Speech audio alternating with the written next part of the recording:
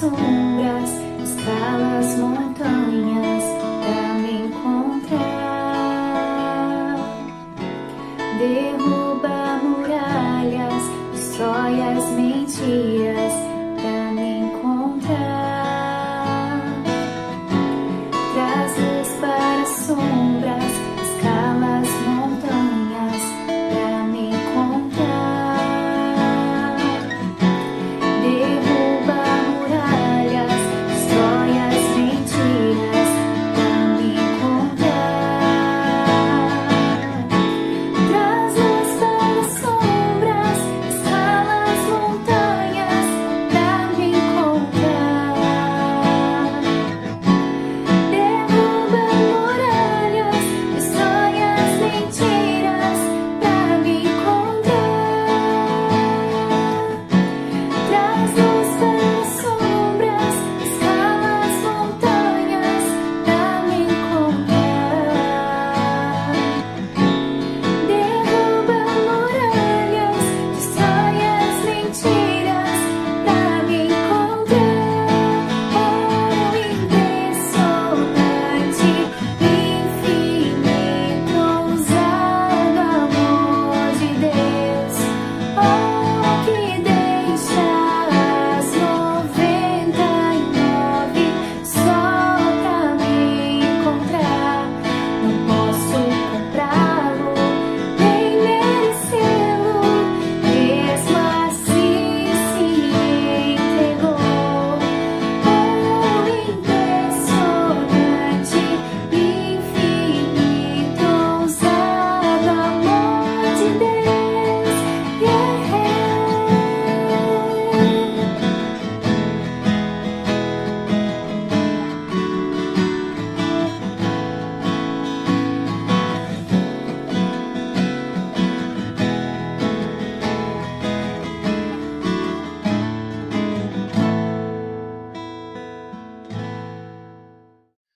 Meus irmãos, vamos abrir a palavra de Deus no Evangelho segundo São João, capítulo 5. Nós vamos ler a partir do versículo 37. João, capítulo 5, a partir do versículo 37. O Pai que me enviou, esse mesmo é que tem dado testemunho de mim. Jamais tendes ouvido a sua voz, nem visto a sua forma. Também não tendes a sua palavra permanente em vós, porque não credes naquele a quem ele enviou. Examinais as Escrituras, porque julgais ter nelas a vida eterna, e são elas mesmas que testificam de mim. Contudo, não quereis vir a mim para terdes vida. Eu não aceito glória que vem dos homens. Sei, entretanto, que não tendes em vós o amor de Deus. Eu vim em nome de meu Pai, e não me recebeis. Se outro vier em seu próprio nome, certamente o recebereis. Como podeis crer, vós os que aceitais glória uns dos outros, e contudo não procurais a glória que vem do Deus único? Não penseis que eu vos acusarei perante o Pai? Quem vos acusa é Moisés, em quem tendes firmado a vossa confiança. Porque se de fato cresceis em Moisés, também creríeis em mim, porquanto ele escreveu a meu respeito. Se, porém, não credes nos seus escritos, como crereis nas minhas palavras? Amém. Grande Deus, mais uma vez suplicamos a tua misericórdia sobre nós. Senhor, eu te peço em nome de Jesus que nos ilumine, nos oriente para discernirmos a verdade no texto bíblico e também podermos aplicá-la com verdade ao momento que estamos vivendo, a nossa vida. Fica conosco, ó Deus, dá-nos sabedoria e um bom coração para isso. Em nome de Jesus eu rogo, amém. Uma brincadeira muito comum quando a gente está em grupo, né? Um quebra-gelo é o tal do telefone sem fio, lembram? Alguém passa uma mensagem, conta uma mensagem, passa uma mensagenzinha no ouvido de uma pessoa e a pessoa tem que ir replicando aquilo para a gente ver que mensagem que chega lá no final, né? E nunca é a mesma mensagem, porque ou a pessoa, ou alguém se confunde no meio do caminho e começa a mudar o rumo da conversa, ou alguém só para ver a festa, né? Só para botar fogo na coisa, muda a frase totalmente e passa para frente uma mensagem diferente. Fazendo de propósito ou não, a gente percebe que essa é uma realidade da vida. A comunicação é um problema muito difícil para nós resolvermos por causa disso mesmo. Ou a gente não consegue se expressar bem, ou a outra pessoa não consegue entender adequadamente por várias razões, ou até mesmo alguém no meio do caminho resolve corromper a mensagem, criando algum embaraço, uma dificuldade. Eu começo minha mensagem dessa maneira porque nós todos estamos vendo, primeiro, como a religião é algo dividido no nosso ambiente. No mundo inteiro, não é só aqui. Estamos todos divididos. E o que mais nos surpreende é estarmos divididos em cima da mesma Bíblia. Uns vão usar a Bíblia para justificar o seu preconceito racial, para justificar o seu preconceito social. Por exemplo, vão usar a Bíblia que diz: quem não trabalha não coma. A Bíblia valoriza o trabalho. Então, quem não trabalha é vagabundo, quem não trabalha não merece a ajuda de ninguém, e assim por diante.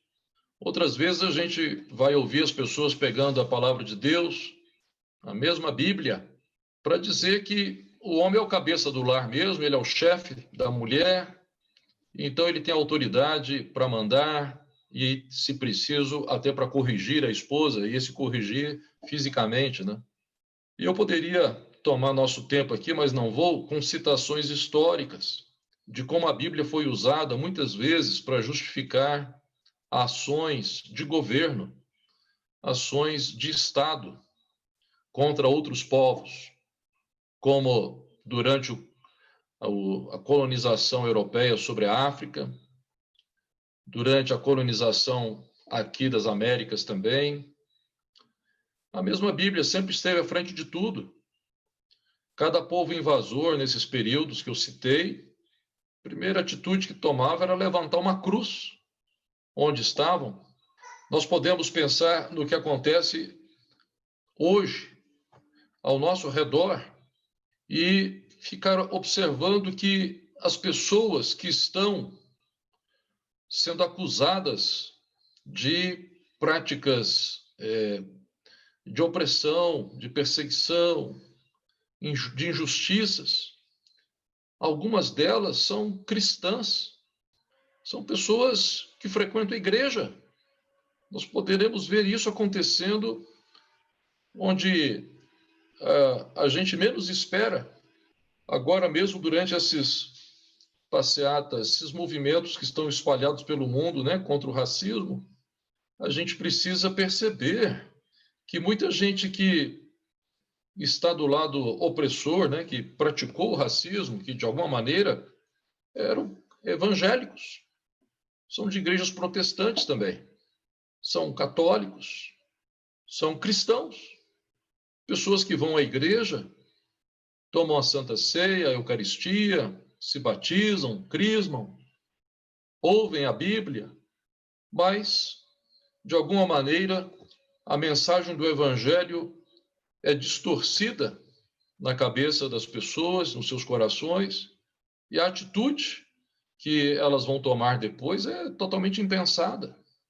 E isso não está distante de nós, não, porque eu mesmo e vocês aqui que estão comigo podemos falhar se já não fizemos isso muitas vezes, buscando amparo, buscando conforto, buscando estabilidade para a decisão que a gente tomou na própria Bíblia, ora evocando, ora chamando a exigência bíblica de santidade, ora chamando para si o zelo do Senhor, ou em alguns outros momentos, a gente chamando para si a tradição da igreja ou o bom nome da igreja e coisas do tipo para justificarem decisões nossas, atitudes nossas, que têm o poder de destruir a alegria de uma pessoa, ou destruir o seu futuro, ou destruir a sua oportunidade de resgate. Sim, porque eu não estou aqui querendo dizer que os valores são relativos, não estou aqui querendo dizer que a santidade é um valor relativo, não estou aqui querendo dizer que todos os comportamentos, todas as atitudes das pessoas são aceitáveis. Não, bem ao contrário, bem ao contrário. Eu estou querendo dizer que todos nós erramos, tanto a pessoa que às vezes está sendo acusada ou rotulada, como também quem faz isso, quem rotula, quem acusa, né? A coisa mais difícil que tem nessa vida é a gente se colocar na posição de juiz, porque nenhum de nós está realmente à altura dessa tarefa. E como a gente leu hoje lá, estudou hoje, né, na Epístola de Pedro, pela manhã fizemos isso, temos que imitar Jesus, que se entregava ao Supremo Juiz, que é o nosso Deus. Mas o que eu estou falando aqui neste momento, o ponto, e que eu queria que vocês prestassem atenção comigo, o ponto que eu estou tratando aqui não é de mérito. Não estou falando se alguém está certo ou está errado, não é disso. Eu estou falando do filtro. Estou falando da forma como nós interpretamos as coisas e as aplicamos na vida. O Senhor Jesus, ele foi alvo de grande injustiça. E é isso que ele está reclamando aqui no texto que a gente leu. Os estudiosos das Escrituras, no tempo de Jesus, os estudiosos das Escrituras, eram incapazes de conhecerem a Cristo. Eles conheciam as Escrituras, mas eles eram incapazes de reconhecerem Cristo como sendo o que estava previsto nas Escrituras. E pior, né? O que ficou registrado na história é que eles agiram usando as Escrituras como fonte de legitimação, como instrumento que lhes dava respaldo e autoridade para praticarem atrocidades, injustiças. Não houve nem para Jesus, nem para os apóstolos, nem para nenhum cristão que veio em seguida, não houve da parte do Sinédrio, das autoridades israelitas, nunca houve um tribunal justo. Tudo que a gente encontra registrado no livro de Atos dos Apóstolos e depois na história da igreja são julgamentos baseados em acusações falsas, acusações anônimas, sem direito a julgamento. Julgamentos que a gente diz sumários, sem direito à defesa, melhor colocando. Julgamentos sumários, porque estavam tomados, de um lado, pelo que eles achavam ser o seu zelo por Deus e a necessidade de eliminar uma praga. E do outro lado, o seu preconceito, o seu ódio, a sua raiva, que os cegava e impedia de ver o ser humano que estava diante deles em cada circunstância. E eu ficaria aqui muito tempo relatando para vocês o que fizeram para o fulano, para o beltrano, para o cicrano. Poderia dar nomes para vocês, dizendo coisas bárbaras que foram praticadas em nome de Deus contra os cristãos. Vamos voltar nossos olhos para o texto bíblico, porque essa passagem, ela é uma passagem onde o Senhor Jesus dá para nós algumas dicas preciosas de como podemos nos aproximar das Escrituras e fazer uma interpretação minimamente coerente com Deus. E isso que eu estou falando agora é muito importante, porque como eu mesmo posso escapar de corromper o sentido bíblico? Como eu mesmo posso escapar dessa armadilha do nosso coração, dessa armadilha da nossa visão limitada das coisas?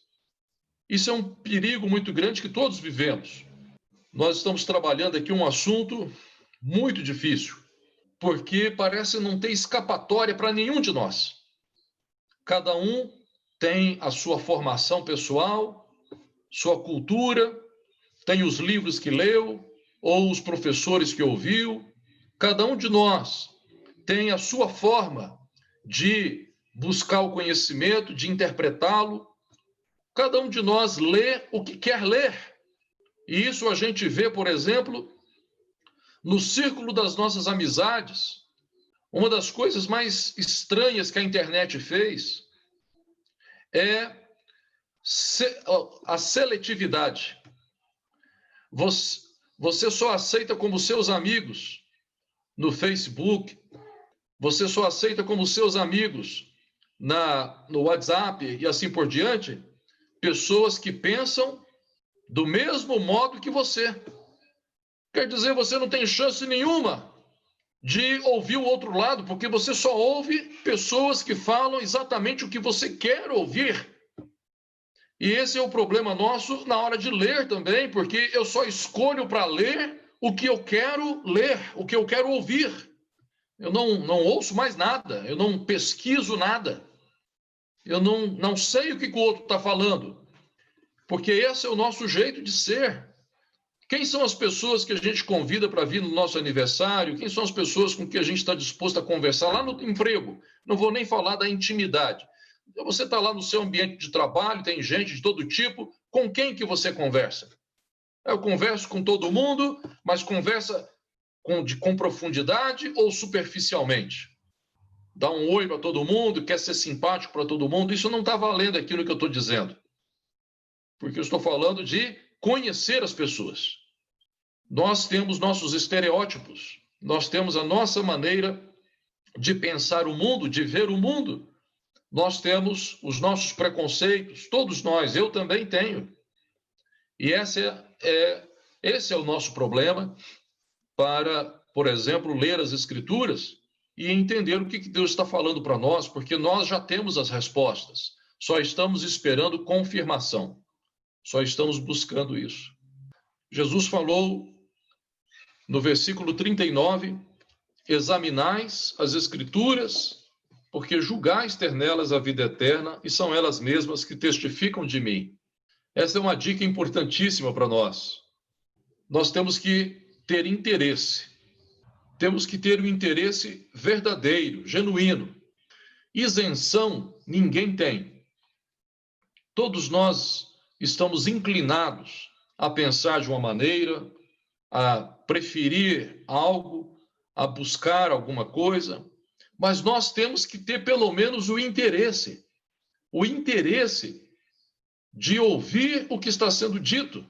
Não é fácil. Uma das dicas que os psicólogos dão para a gente, o pessoal formado nessa área de comunicação dá, é a seguinte: quando alguém falar uma coisa para você, antes de você tirar a conclusão, pergunte para ela: é isso que você quis dizer mesmo? É isso que você quis falar? Assim, assim, assado? Porque você vai estar dando à pessoa a oportunidade de ajudar você a interpretar o que ela disse, né? Você precisa antes ter certeza de ter entendido a mensagem. O que você quis dizer foi tal coisa? A gente tem essas dicas muito para o aconselhamento, né? Você está dizendo isso, isso, isso e aquilo, correto? E a pessoa dá a oportunidade da pessoa confirmar ou corrigir. Não, você entendeu errado, não é isso. Não é fácil, porque às vezes o diálogo acontece com rapidez, né? A gente precisa de agilidade, não dá tempo de ficar conferindo tudo, né? E é onde a gente erra bastante. Mas é preciso ter interesse. Eu quero conhecer a Deus, eu quero conhecer o plano de Deus, a vontade de Deus para a minha vida. Então você tem que ter interesse de verdade por isso. E, como diz Jesus aqui, é no exame das Escrituras. Você nunca leu a Bíblia, você não examina as Escrituras. Como que vai esperar, então, compreender alguma coisa sobre Deus? Tem que ter interesse. E esse interesse é sobre as Escrituras. Mas atenção para o versículo que eu li com vocês, por quê? Porque Jesus está acusando aquelas pessoas de lerem as Escrituras com um interesse. E por causa dessa busca delas, passarem batido sobre o que as Escrituras dizem. Vocês examinam as Escrituras porque julgam ter nelas a vida eterna, e são elas mesmas que testificam de mim. Reparem só que parece o judeu, não é que parece, ao israelita, ao judeu, as Escrituras são sagradas. E um judeu está disposto a dar a vida dele pelas Escrituras. É o texto da revelação, o texto que marca a chamada do povo de Israel e o seu batismo em Moisés para ser povo de Deus. Então, ele está disposto a dar a sua vida pelas Escrituras. Como a gente vê exemplos lá no Velho Testamento de pessoas que foram martirizadas para não traírem o que as Escrituras diziam. Mas reparem só que é as Escrituras pelas Escrituras.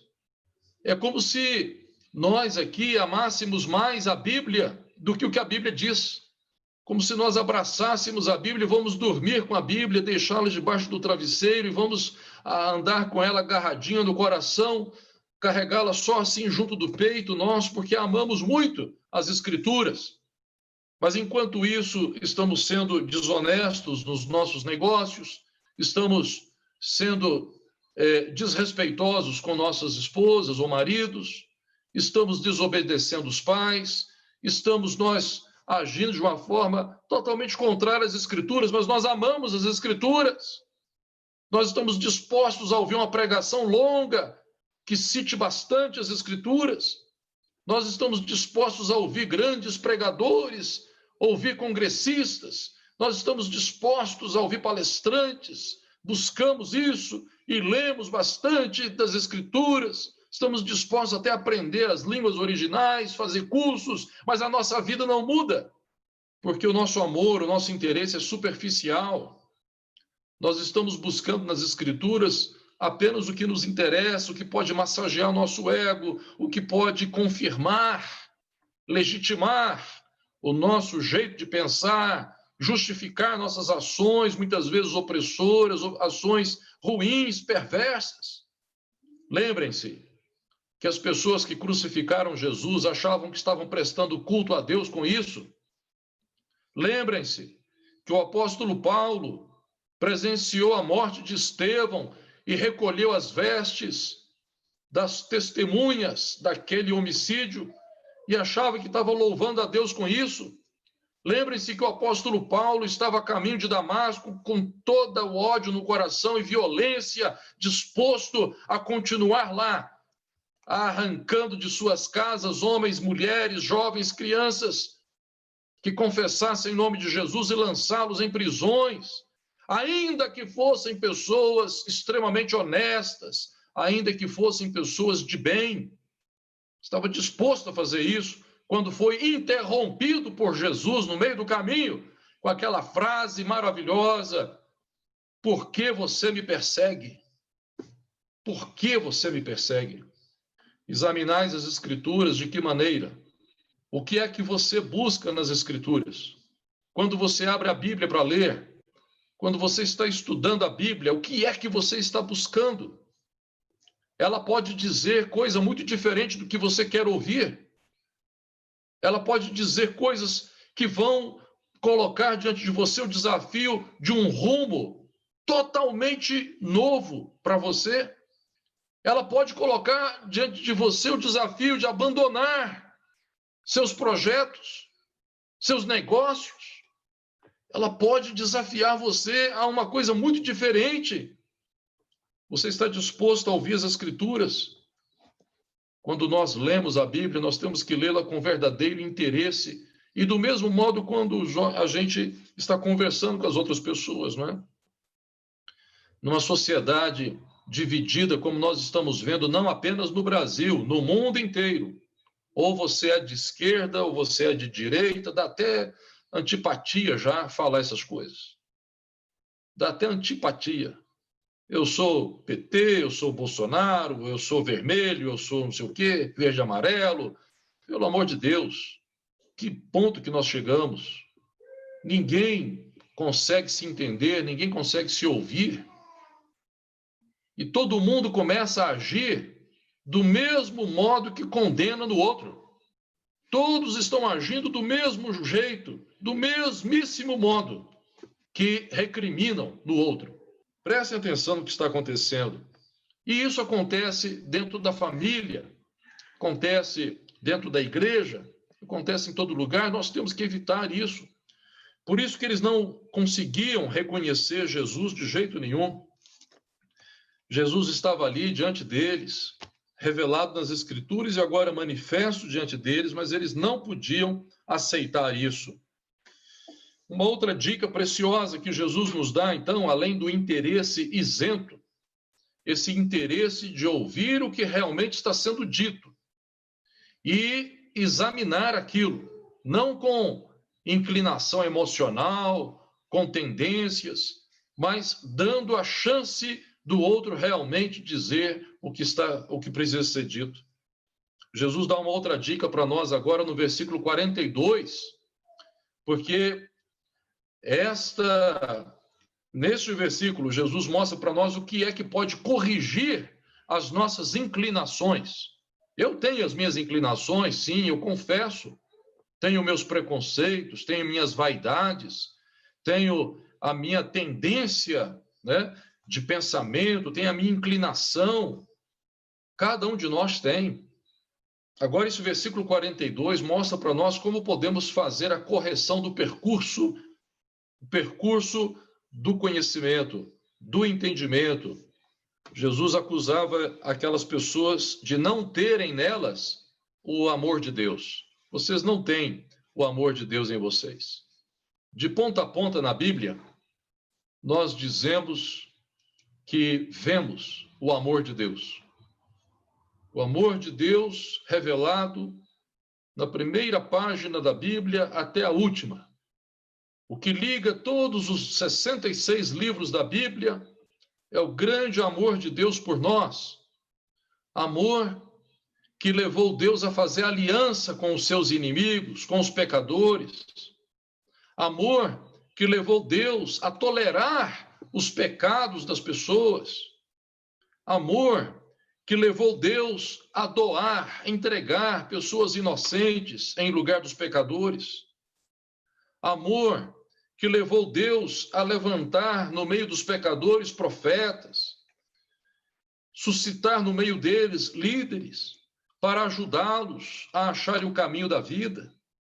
Amor que levou Deus a enviar Jesus Cristo para morrer pelos pecadores. O amor de Deus em toda parte da Bíblia. O versículo central da Bíblia, qual que é mesmo? Costumamos dizer que o coração do Evangelho, o coração da Bíblia, bate lá em João 3,16, porque Deus amou o mundo de tal maneira que deu o seu Filho unigênito. E por que que nós não interpretamos a Bíblia com amor? E por que que a Bíblia vai ser usada por nós como uma arma? Por que que ela vai ser usada por nós como uma arma para discutir, uma arma para brigar, uma arma para ganhar argumento, ganhar debate? Por que que ela vai ser usada dessa maneira por nós? Por que que as Escrituras vão ser usadas por nós para causar mais divisão ainda? Novamente, eu chamo a atenção de vocês, o pastor não abre mão do que é certo e do que é errado, não. Não se trata disso. Nós não estamos aqui relativizando os valores, eu vou repetir para vocês. Eu estou falando aqui da cognoscibilidade, de como nós apreendemos o conhecimento, como nós o recebemos. Eu estou falando aqui de como nós nos aproximamos da Bíblia, como nós a interpretamos e como nós estamos prontos para aplicá-la. Vou mostrar para vocês um exemplo do que eu estou dizendo na Bíblia mesmo. Eu já citei outras vezes em outras circunstâncias. O livro de Jó. eu queria que você não ficasse satisfeito com a minha explicação. Eu queria que você lesse o livro de Jó, porque no livro de Jó você vai ver uma história de injustiça. Um homem bom, um homem que procura agir corretamente na sua vida, que é judiado, provado, com a permissão de Deus, provado na sua integridade. E todos vocês sabem o que ele passou, não precisa eu repetir, porque o ponto não é esse. O ponto aqui é o modo como os seus amigos agiram, quando souberam o que tinha acontecido com Jó e como ele estava deprimido e acabado. Seus amigos vieram e se solidarizaram e se humilharam junto com ele. Diz a Bíblia que ficaram vários dias assentados no pó e na cinza ao lado de Jó, em silêncio, sem abrir a boca para nada. Depois de vários dias, um deles começou a falar. Creio que bateu a impaciência e começou a recriminar a tristeza de Jó. Por que você continua triste? Por que continua falando essas coisas? E esses amigos de Jó, um após o outro, começaram a falar as grandezas de Deus e do caráter de Deus e da perfeição de Deus. Falaram coisas assim maravilhosas sobre Deus.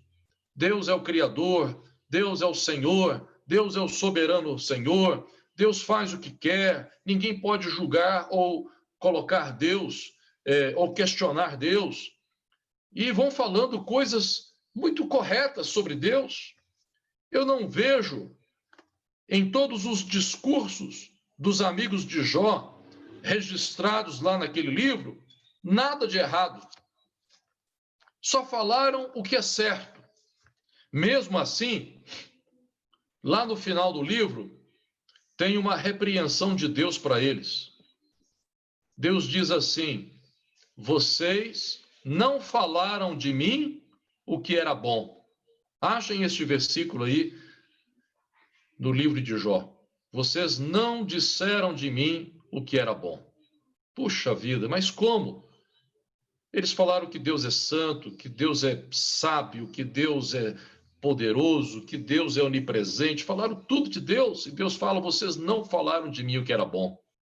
Prestem atenção no o exemplo que eu estou dando para vocês, porque em lugar nenhum vocês vão encontrar os amigos de Jó falando da misericórdia de Deus.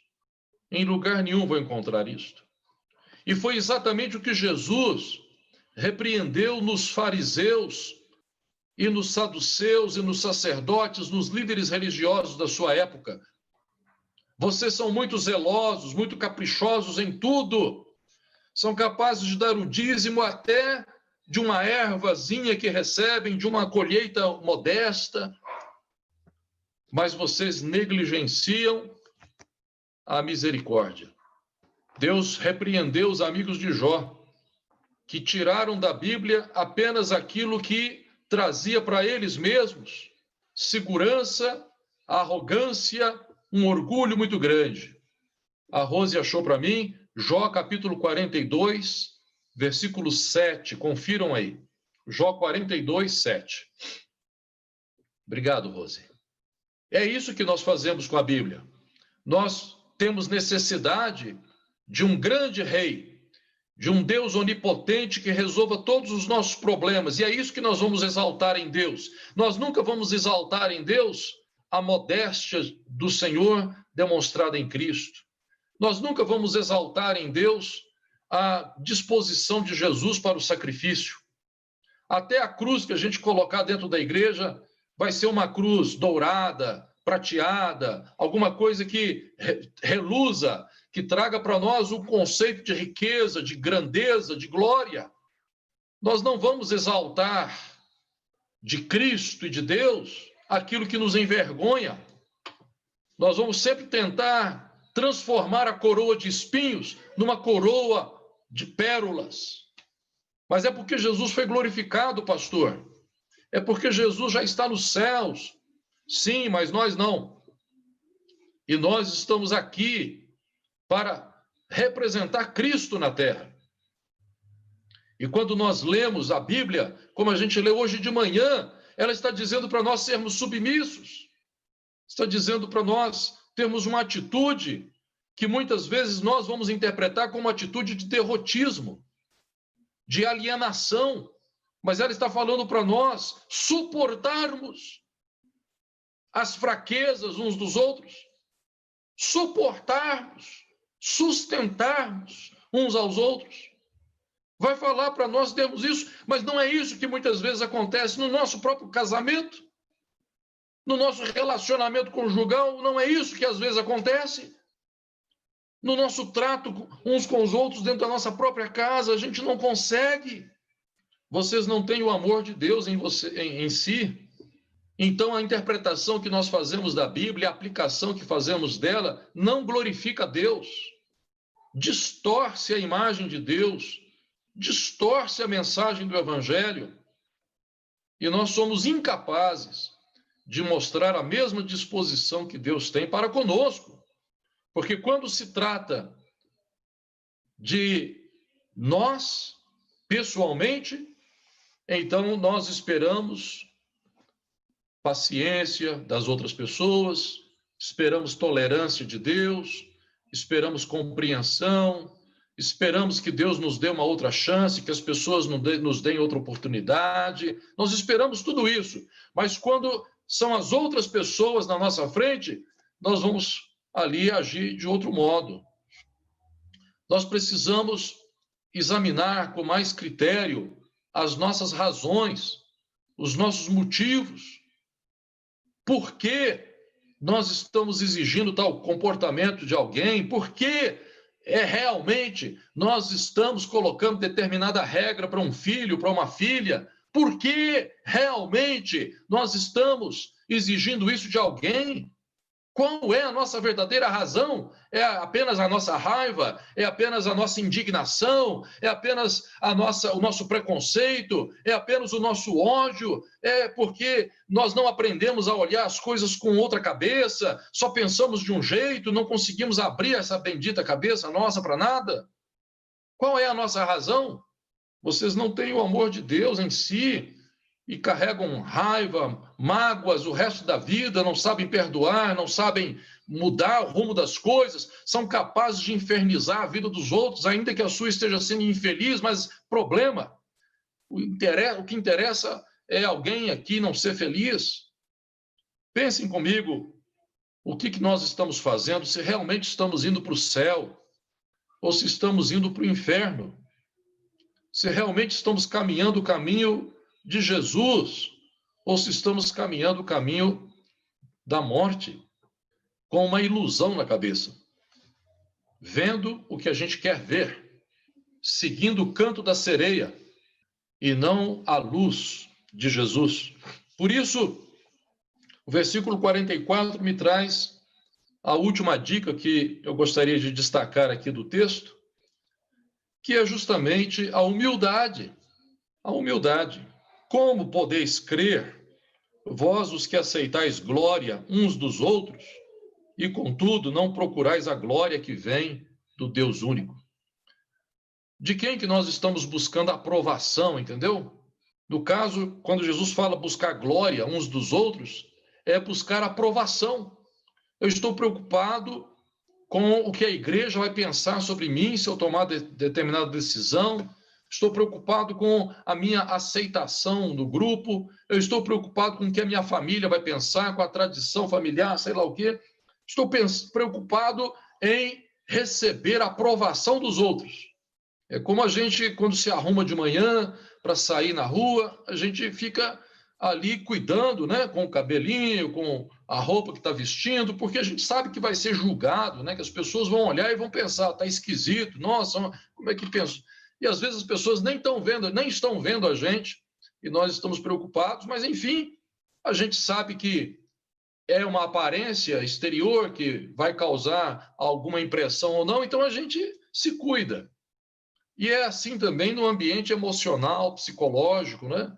Quando a gente, muitas vezes, trai a própria consciência para com Deus, trai o amor de Deus, trai a verdade do Evangelho, porque nós estamos ali, às vezes, agindo, buscando glória uns dos outros.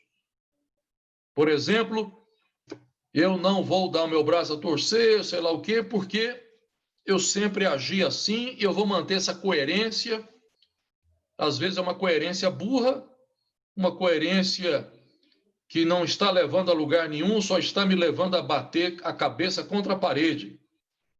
Mas eu, quando dou a palavra, vou cumpri-la e não quero que as pessoas me vejam me retratando. E eu tenho até um versículo bíblico que me ajuda nisso, o Salmo 115, que fala lá, quem é que vai entrar no céu, né? Aquele que jura com dano próprio e não se retrata. Aí eu pego aquele versículo, tá vendo? Eu não me retrato.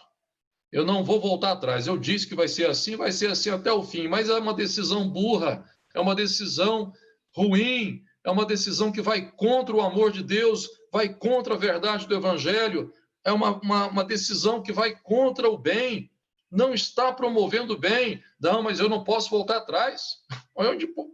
Como é que a gente faz com uma coisa dessa? Me digam. Estamos buscando glória uns dos outros. Estamos buscando isso. É um orgulho pessoal bobo que está mantendo a gente numa condição que a gente mesmo já sabe que não é sábia, não é inteligente, não é boa, mas a gente vai teimar. Nós vamos insistir naquilo ali, mesmo que esteja trazendo ruína para a nossa vida pessoal ou para a vida dos outros.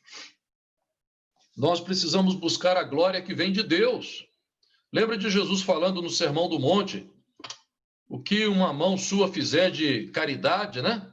Que a outra não fique sabendo, esconda a outra mão, da outra mão.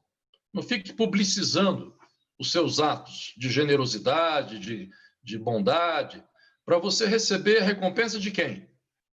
De Deus. Não fique buscando glória dos homens. Jesus, sobre isso, conta lá uma parábola de um publicano, que era o cobrador de impostos da época, né? Muito discriminado, rejeitado na sociedade, e o fariseu. E Jesus fala na sua parábola, o fariseu orou de si para si mesmo, levantando a mão para o céu, dizendo, ó Deus, graças te dou porque eu não sou como esse publicano, eu jejuo, eu faço orações, eu dou esmolas, eu cumpro os mandamentos. Lembra de Jesus falando no nosso texto? Vocês examinam as Escrituras porque acham que tem nelas a vida eterna. Elas são a salvação de vocês. Eles achavam que as Escrituras eram a sua salvação e se cumprissem as Escrituras estariam salvos, mas eles não percebiam o que estavam fazendo. E Jesus disse, ele orou de si para si mesmo. E enquanto isso, o publicano de cabeça baixa batia no peito e dizia, ó Deus, sê favorável a mim, pecador. E Jesus conclui dizendo que o publicano desceu para casa justificado. Essa oração foi aceita diante de Deus. Então, um está procurando glória dos homens, o outro está esperando o que vem de Deus efetivamente. Essa é a atitude nossa diante das Escrituras. Essa deve ser a atitude nossa diante do Evangelho. Essa deve ser a nossa atitude quando nós queremos realmente o caminho da salvação. A humildade que coloca o nosso eu no devido lugar. A humildade que nos leva a aceitar ficar em segundo lugar, em terceiro lugar, em último lugar. A humildade que tira de nós aquela ambição, aquele desejo de glória, de aparecer, de ser visto, de ser reconhecido, de ser homenageado, que leva a gente a uma postura realmente de promover o outro, inclusive. Como diz Tiago lá na sua epístola, né? Quando entra na igreja de vocês uma pessoa pobre, andrajosa, vocês a colocam lá no último lugar. Mas quando entra uma pessoa rica, bem vestida, falando empolado, vocês carregam a pessoa no colo e põem lá na frente. E aí Tiago dá risada, né? Não é o rico que oprime vocês? Não é o rico que expolia vocês? Não é ele que faz isso? Como é que vocês fazem uma bobagem dessa? Mas é porque nós somos assim, né? Mas aqui está essa dica de Jesus para nós. Muito embora ele estivesse aqui repreendendo, né, os seus ouvintes, porque eles estavam julgando Jesus e condenando Jesus, tudo que Jesus está dizendo, basicamente, vocês estão me julgando e me condenando sem me ouvir, sem ouvir a própria escritura que vocês leem. E isso por quê? Porque vocês examinam as escrituras com outro interesse. Porque vocês não têm o amor de Deus em si. Porque vocês buscam a glória uns dos outros. É isso que impede vocês de lerem as escrituras e compreenderem o plano de Deus e a vontade de Deus para as suas vidas. Por isso eu estou dizendo que a dica para mim e para vocês é o verdadeiro, genuíno interesse pelo que Deus tem a dizer para nós. E nisso temos que dizer verdadeiro e genuíno interesse pelo que as pessoas realmente querem dizer para nós.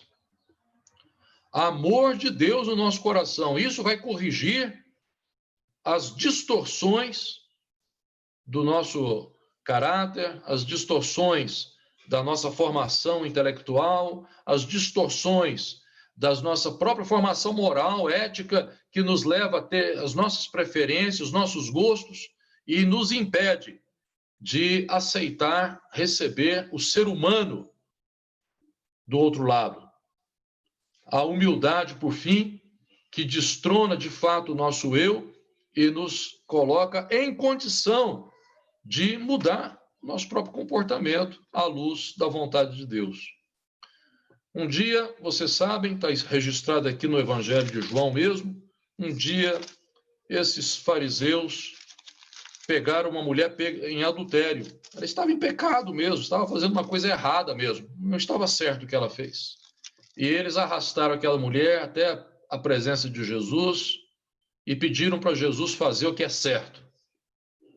Eles estavam testando Jesus, eu devo alertá-los, porque se Jesus liberasse a mulher, então eles podiam dizer que Jesus não cumpria a lei de Moisés, então queriam desautorizar Jesus diante dos judeus.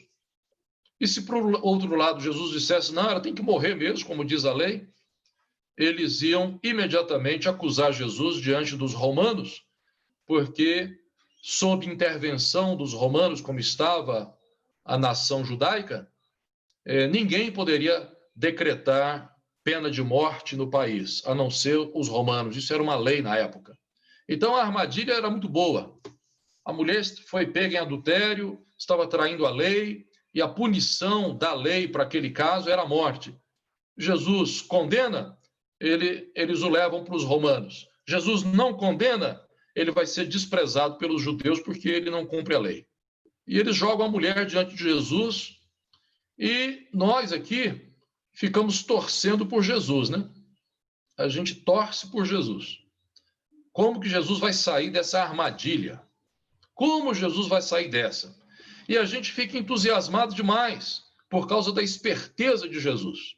Jesus é muito esperto. Sua inteligência é insuperável. E é isso que nos comove no texto. A gente fica empolgado com isso. Aquele que não tiver pecado, atire a primeira pedra. É isso que deixa a gente empolgado, não é verdade? Porque aí ficaram todos calados e cada um se retirou para o seu lado e pronto. Ninguém acusou a mulher mais e Jesus pôde liberá-la, dizendo, claro, para ela, olha, vai embora, mas não peque mais. Claro, fez a recomendação. E é isso que nos empolga, essa esperteza de Jesus, né? Ai, quem me dera ser esperto assim, para ter esse tipo de resposta salomônica. Mas já passou pela sua cabeça perguntar como é que Jesus achou tanta esperteza para responder, para sair daquela? Já te passou pela cabeça indagar isso? De onde Jesus? Sobre que fundamentos? Sobre que fundamentos? Sobre que valores? Sobre que conceitos Jesus se saiu com essa? Como que ele conseguiu essa resposta? Pois é essa questão que devia realmente empolgar a todos nós. Não é esperteza, a argúcia para o argumento. A gente gosta disso, de quem fala bem, de quem argumenta bem. Isso nos empolga. Mas quando nós olhamos para aquele texto, o que nos falta é perceber que Jesus não viu aquela mulher como eles viram. Eles a viam como uma pecadora. Jesus a viu como uma mulher. Eles a viram como uma pessoa que estava na ilegalidade. Jesus viu aquela mulher como alguém que precisava ser redimida, ser salva. Alguns ali talvez fossem até da família traída. Quem sabe a própria mulher do adúltero que estava com ela. Quem sabe um filho ou uma filha revoltados porque o pai estava adulterando com aquela mulher impura, estavam ali querendo que ela morresse.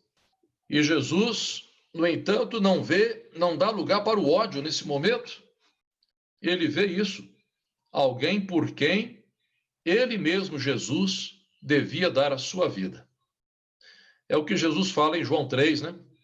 O Filho do Homem não veio para julgar o mundo, mas para salvá-lo. E então, meus amados irmãos, quando eu vejo Jesus, eu aprendi a fazer uma oração meio estranha para Deus. Vou compartilhar com vocês aqui, mas não estranhe. A oração que eu aprendi a fazer é a seguinte: Senhor, me liberte do que é certo para aprender o que é a misericórdia. Vocês conseguem entender o que eu quero falar? Eu não quero agir no errado, não quero defender o errado, não quero justificar o errado de ninguém, nem meu. O errado é errado. Eu só não quero ser seduzido pelo que é certo. Eu quero ser seduzido pelo grande amor de Deus. Porque eu sei que é o amor de Deus que vai me mostrar como agir em respeito à santidade, ao que é certo, ao que é bom e, ao mesmo tempo, salvar o pecador. É a misericórdia de Deus que vai me ajudar a não jogar fora a criança com a água suja. Vamos orar ao Senhor agora. Querido Deus, nosso Pai, eu louvo o teu nome, te engrandeço pelo teu amor, pela tua bondade. E, Senhor, não posso deixar de lamentar que muitas vezes agimos em teu nome com crueldade, com injustiça, com engano, com ilusão, defendendo, na verdade, nossas próprias preferências e gostos do que a verdade. É impossível para nós alcançarmos a isenção do Senhor. O Senhor consegue, com toda a isenção, examinar a vida de todos e ajudar as pessoas e nos julgar ao mesmo tempo, mas nos ensinou que a nossa justiça promove o ódio e a iniquidade, mas a justiça do Senhor promove a misericórdia. E que bom que a gente ouviu isso de Tiago. E que bom que Tiago também nos diz que a sabedoria de Deus é uma sabedoria diferente da nossa, porque é inspirada no amor, na humildade, na modéstia, é inspirada em valores eternos, é inspirada no caráter de Deus. Senhor, nos abençoe no trato doméstico, no relacionamento com nossos familiares, nos abençoe no trato com nossos amigos, com todos com que temos contato, com os irmãos na igreja e especialmente com os estranhos. Na maneira como nós julgamos as pessoas, como nós analisamos o que elas fazem e falam, tenha misericórdia de nós. Nós queremos, ó Deus, ser como Jesus, alguém tão especial, tão maravilhoso, que tinha penetração na vida das pessoas por causa da sua bondade, da sua transparência, do seu amor. Ó Deus, nos ajude a nos libertarmos de tudo que nos atrapalha nisso, especialmente nossos preconceitos e alienação e tudo mais. E quem é que sabe tudo no mundo, não é? Quem é que vai saber tudo? Mas nós podemos aprender a humildade, o amor, e o verdadeiro interesse pelas outras pessoas. Nos ajude, ó Deus, a vencer isso na nossa vida, ultrapassar esse limite que cada um de nós conhece muito bem de si mesmo. Nós te louvamos, te agradecemos por tudo e nos consagramos a ti, ó Deus, em nome de Jesus. Que a graça do nosso Senhor Jesus Cristo, o amor de Deus o Pai e a comunhão do Espírito esteja sobre todos vocês, amados, hoje e para sempre. Amém. Deus abençoe todos vocês. Um beijo para cada um e um abraço para os nossos visitantes também. Espero que vocês tenham aproveitado bastante. Que Deus provoque em todos vocês muitas reflexões. Conversa com Deus em oração. Analisa a sua vida e vamos crescer. Vamos para frente.